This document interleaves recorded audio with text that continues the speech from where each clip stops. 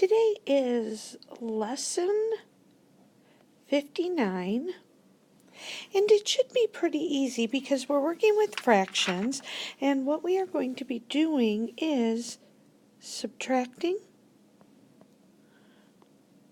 a fraction from 1. Subtracting a fraction from 1. Now, this is really an introduction to a lot of subtracting and even adding with fractions and the number 1. So once you get this principle down, you will find that it's going to make a lot of things a lot easier. So, lesson 59, subtracting a fraction from 1. The first thing you have to realize is what 1 equals. So, if I put a 1 up here, and then I draw a circle, that's 1, and if I divide it in half, that is 2 out of 2 pieces equals my 1. Here, if I divide it into thirds, and I have 3 out of my 3, that equals 1. If I take this one and divide it into 4, and I have 4 out of my 4, that equals 1. So any number over itself equals 1. Visually, that's what it looks like with fractions. Now, we don't draw pictures when we add and subtract with fractions, so you just have to keep that principle in mind, that any number over itself equals 1. Now, that same thing works when you're going to be subtracting. Or adding, actually. So if I had 1/4 plus 3/4, we know when we add, the denominators need to be the same and stay the same. So that would be over 4. 3 plus 1 equals 4. Now I can't leave it like that. I would have to say equals 1.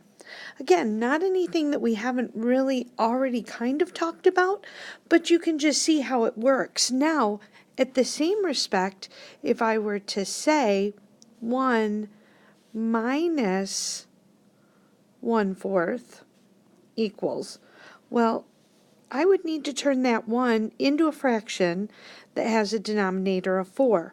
Right away, you should be able to say, oh, that's easy. 1 equals 4 over 4. And so 4 over 4 minus 1/4 equals 3/4. So you need to just in your head always be able to make that shift back and forth from a 1 to a fraction, knowing that your denominator is your indicator for what denominator you'll use when you turn 1 into a fraction.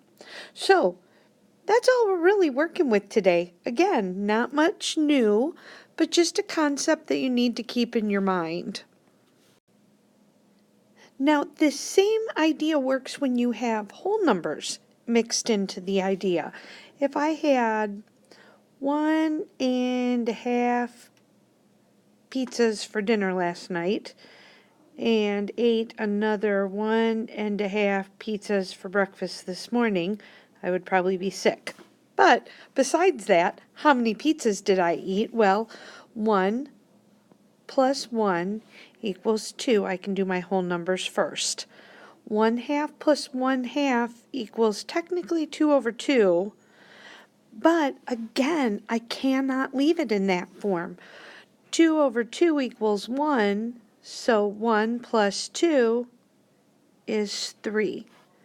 So, as you can see, when you are adding or subtracting, anytime you end up with the number over itself, remember to change it into a 1. But don't forget about your whole number that's already there. So that's why I had to say 2 plus the 1 equals the 3. Now, all of that is going to be used when you are working with things today.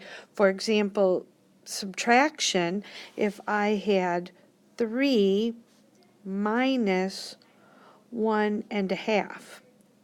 Well, I will usually tell you it's not best to write your fraction problems horizontally.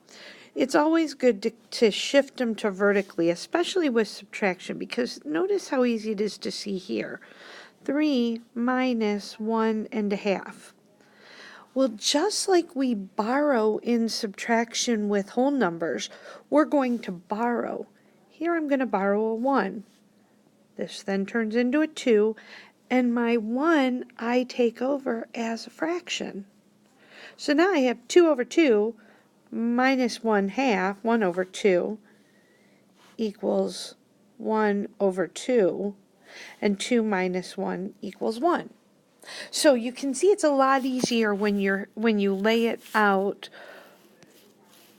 vertically, because you can see where that borrowing comes in. And when I borrow as a 1, that's going to show up as a fraction, so I can subtract another fraction from it.